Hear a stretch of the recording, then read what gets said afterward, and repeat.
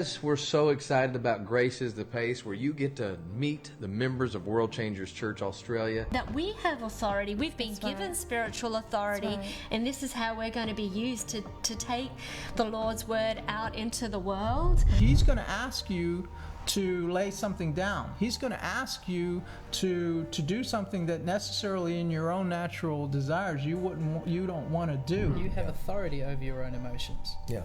And once I had that revelation, it was it changed my life. Are you tired, worn out? Are you burnt out on religion? Come to me, get away with me, and you'll recover your life. The Bible teaches us that our thoughts are determining factors and which controls our actions. And if you know God has called you into ministry, you know very well.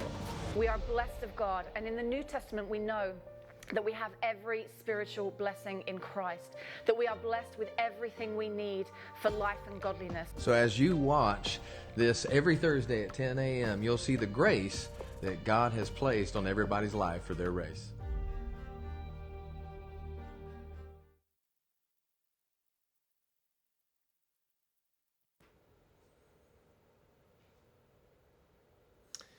Well, good evening, everyone. Welcome to Grace is the Pace. This will be the first one I've done in a long time, and I've got Alex Self with me today. Yeah, hey guys. It's gonna be fun. It's gonna be interesting, eh? Yes, actually being on camera this time, not instead behind of it. Yeah, that's really good. I think that's gonna be interesting. I've noticed it's hotter back here. It is hotter on this side, eh? Yeah, with the lights. Yeah. And don't know how I feel about it. Well, listen, I want to jump right into it because we're shortening our Grace in the Pace time to about 15 minutes instead of 30. So, a lot of people don't know you. They know you as my son. They know you as the guy behind the cameras, behind the audio, the guy that helps Wes, the guy that ends up in sermon series with most of his childhood. Ah, yes, I love those times. A little bit of embarrassment goes a long way.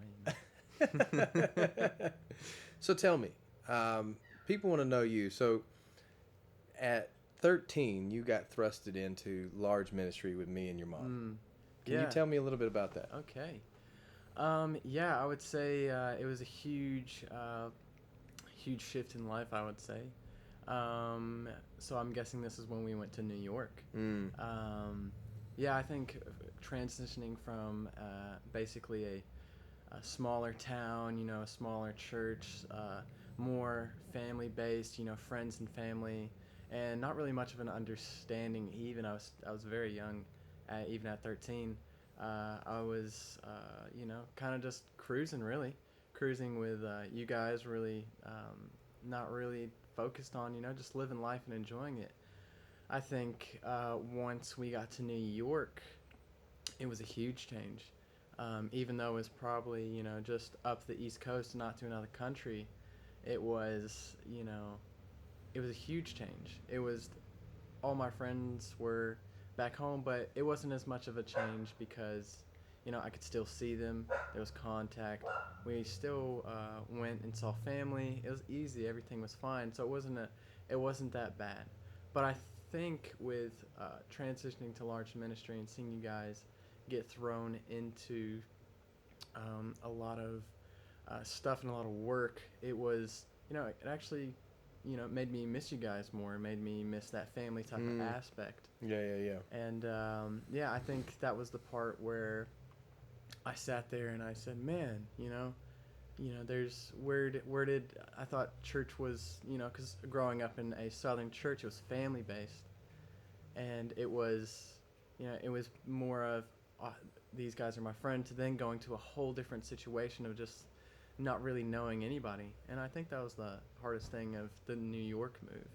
Yeah, this is a New York move. And then you had things like, I think me and your mom had to work like late nights. So there's sometimes I'd call you up and be like, all right, you got dinner tonight. It's like, what are we eating? Noodles. Oh, man. I remember. PB&J. Oh, man. I remember, climbing the counters to get to the top cabinet. It was hilarious. Because you were short back then. Yeah, I was short, You had this nice little buzz cut. Yes, I enjoy those days. Those photos look real nice. But, yeah, I remember, the first time that I had to get a phone. This little flip phone that I'd be like, pa, bang, Mom and Dad. Yeah, but it it felt like Star Trek at the same time. But I think the biggest thing was actually taking responsibility of the two younger brothers. And yeah.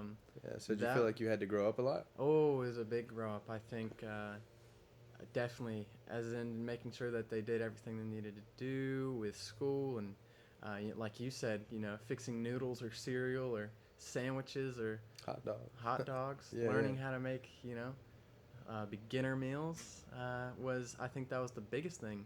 Yeah, And after a while it became it felt like more of babysitting than family, I would say. yeah. So and that was the hardest part about Yeah. living in New York. And then one day we come home and we're like, so we got some news. We're moving Yeah. to Australia. Not we're moving to LA or we're moving to Texas Yeah. or we're moving to Nevada even, No, we're moving to Australia.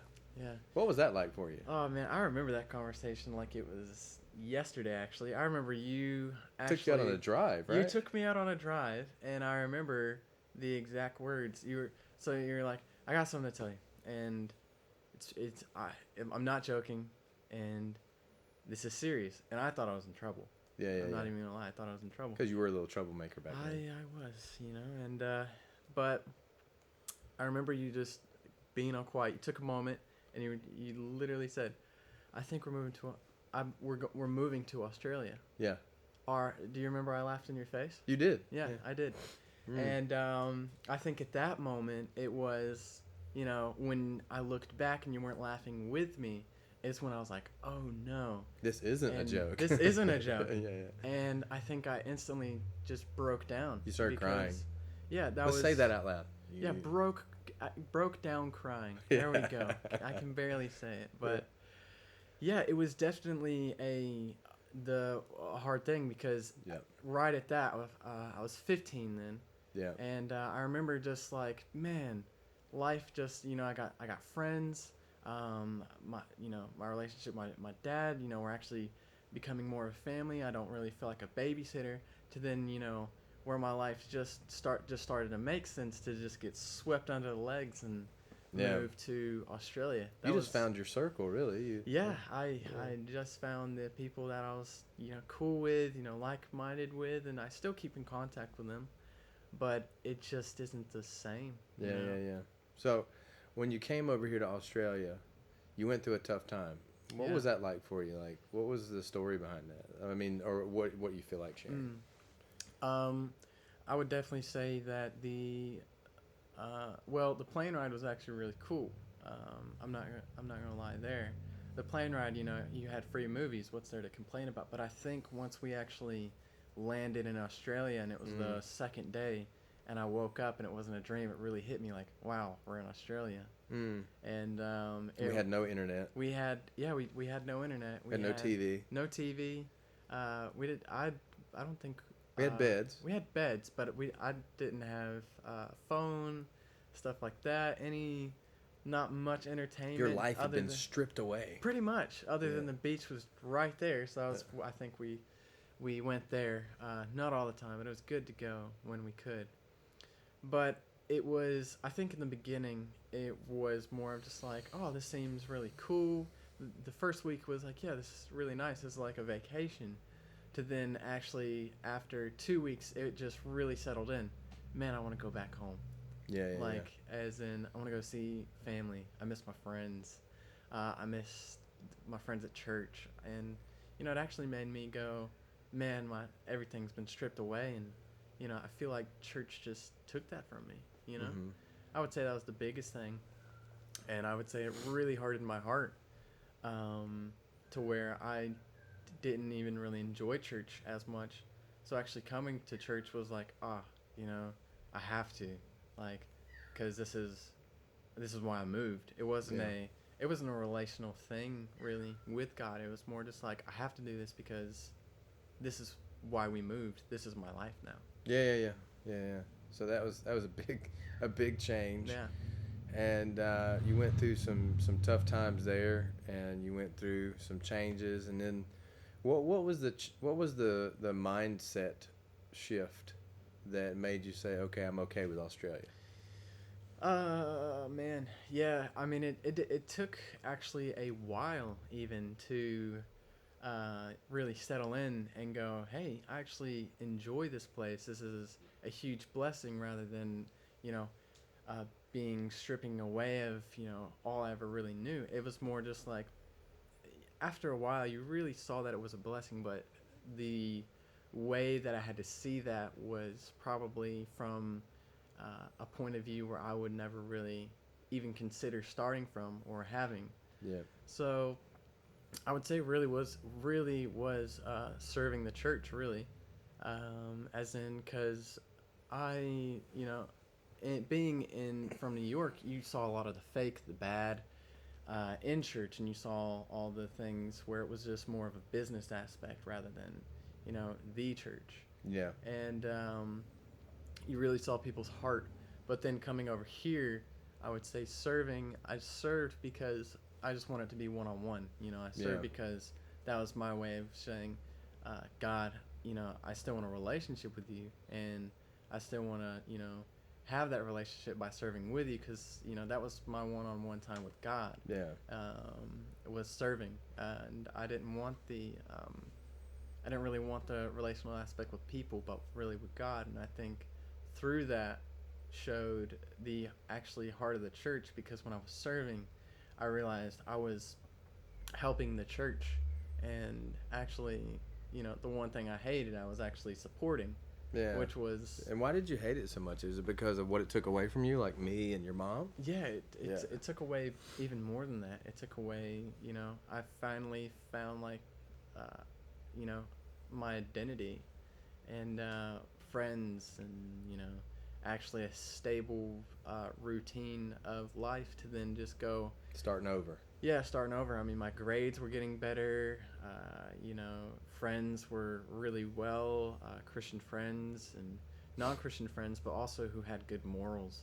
Yeah. And then to then come over here and then, once I'm over here, see everything disappear. Even some friends who I thought were so close to me would just go away. And Yeah.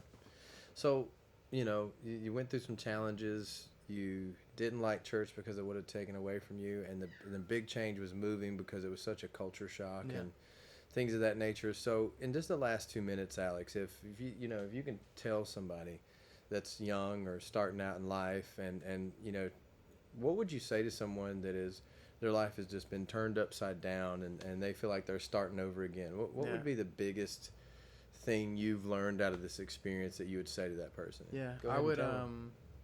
I would say perspective, really. Moving here, it was one thing I always remembered saying is like, I'm going to move back to America. And, I'm never going to, I don't want to live here. Once I'm 18, I'm moving back to America. And today I'm 18 and I'm still in Australia. And I think the one thing to really think about when everything really shifts and it goes into another place is to just really go to God and get that bird eye view perspective, and how it actually, that shift can really be a blessing to you. That shift, how it can really, what you can learn from. Because when I moved from America to Australia, I basically started over and had a new life. I had so much more opportunity. There were so many things I could do now just because I moved from this place to another place.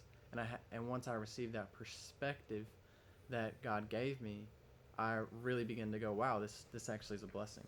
So I think that would be what I would say. That's cool. That's cool. And that's just the tip of the iceberg of who Alex Self is. So if you want to get him more, they can find you on Instagram. Yeah. Just at Self Alex. So SELFALEX. And Yeah, they can find you on Instagram, and you're not much of a Facebooker. Not much, really. Yeah, so Instagram, Self Alex, and you can get to know him a little bit more. Come by the church. You can visit one of our pod groups and find Alex there. And there's more things he's going to be doing as he's now joined the team. So we're looking forward to your bright and happy future.